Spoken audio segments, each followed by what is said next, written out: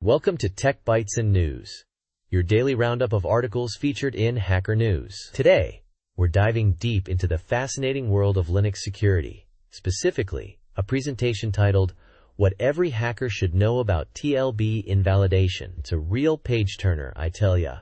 A page-turner? Is this a thriller? I'm expecting something more technical, not a nail-biter. Oh, it's very technical, but the twists and turns in the TLB invalidation process are surprisingly dramatic. Think of it as a high-stakes game of virtual memory chess. We're talking about the translation look-aside buffer, a crucial component of virtual memory management. It's basically a cache that speeds up address translation, but it's got some quirks. Quirks? Like what? Does it have a secret life? Does it go on midnight raids to steal physical addresses? Almost. It caches successful page walks, but it can also cache translations from speculative execution that never actually happened. It can even hold multiple translations for the same physical address. And the Intel SDM, the Bible of Intel architecture, is delightfully vague about the details. It's a wild west out there. So if the TLB is caching things it shouldn't, what's the big deal? Why do we need invalidation? Because inconsistency between the TLB and the actual page tables in memory is a recipe for disaster. System instability, security vulnerabilities, the whole shebang. The presentation goes into great detail about when invalidation is necessary, modifying page tables, context switching, and so on. It's a delicate dance. A dance? I'm picturing a ballet of bits and bytes, all perfectly synchronized. But I'm guessing it's more like a mosh pit of memory management. More like a mosh pit, yeah. The presentation also discusses hardware optimizations like global pages and PCIDs, which are designed to reduce the need for invalidation. They're like fancy footwork in our memory management ballet, or mosh pit, whichever you prefer. So these optimizations make things faster, right? But are they foolproof? Not quite.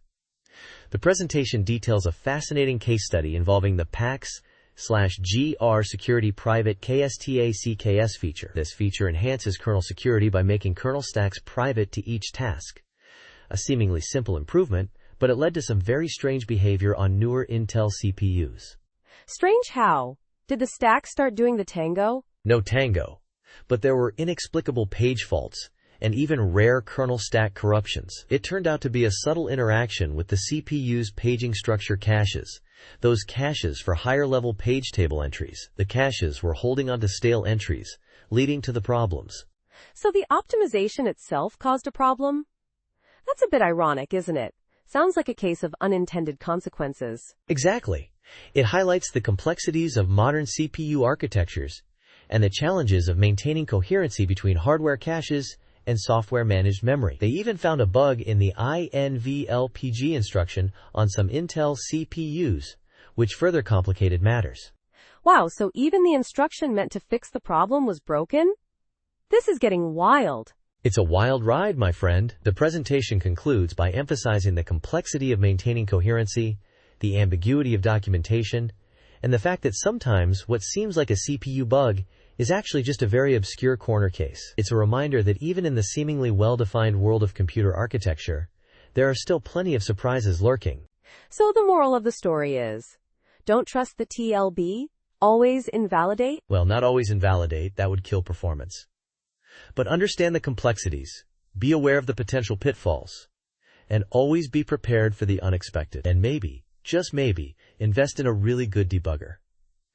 Thanks for joining us on Tech Bytes and News. We hope you enjoyed this deep dive into the sometimes chaotic world of TLB invalidation. Until next time, stay curious. Bye-bye.